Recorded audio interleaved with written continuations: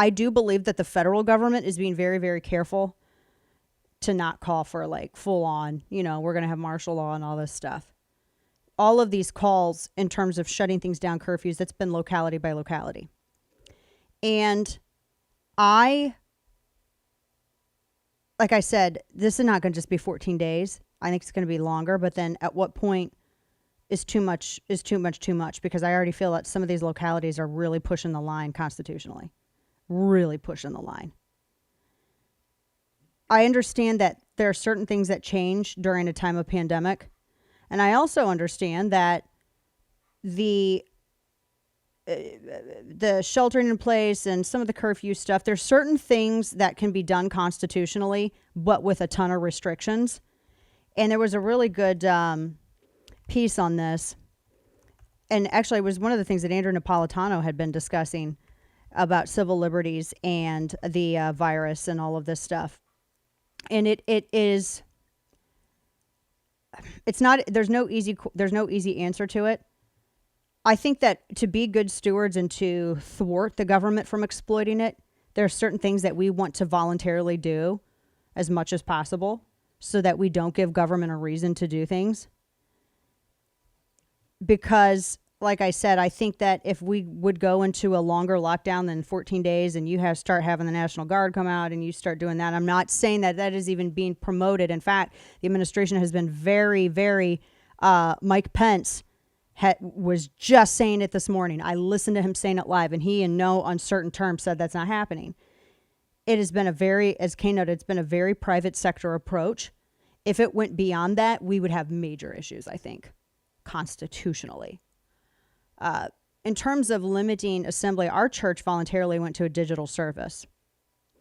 And I think it's important to remind people, particularly as it relates to the church, your church is not a building.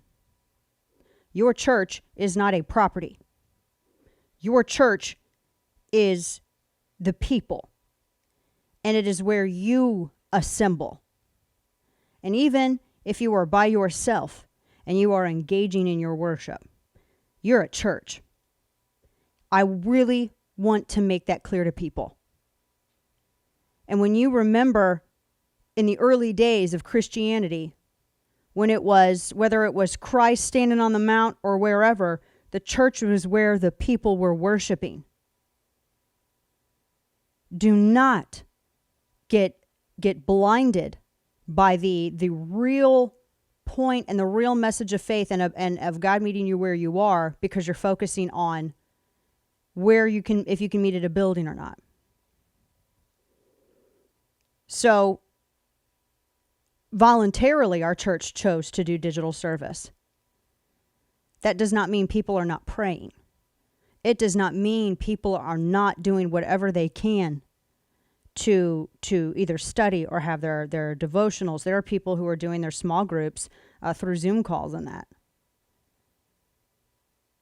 And that does not mean that you are seeking God any less or that God is any less active. Don't let the devil fool you. So I think that's an important point that people should not miss with that. And I know it's weird because the fellowship is a huge part of it. And it's encouraged, which is why I think you need to be digitally reaching out. This is where, and I can't believe I'm saying this, but this is where actually social media, Facebook, live streaming, things like that, Instagram, that can actually be used for good. And I also think that this is a time where we're meant to be still right now, and we are meant to look inward, and we're meant to connect with our families. And I don't miss that either. Don't miss that. I wish I had all the answers. I don't. But I'm okay with not having all the answers, honestly, because I'm wound up on everything else, but when it hits the fan, I'm really laid back about it.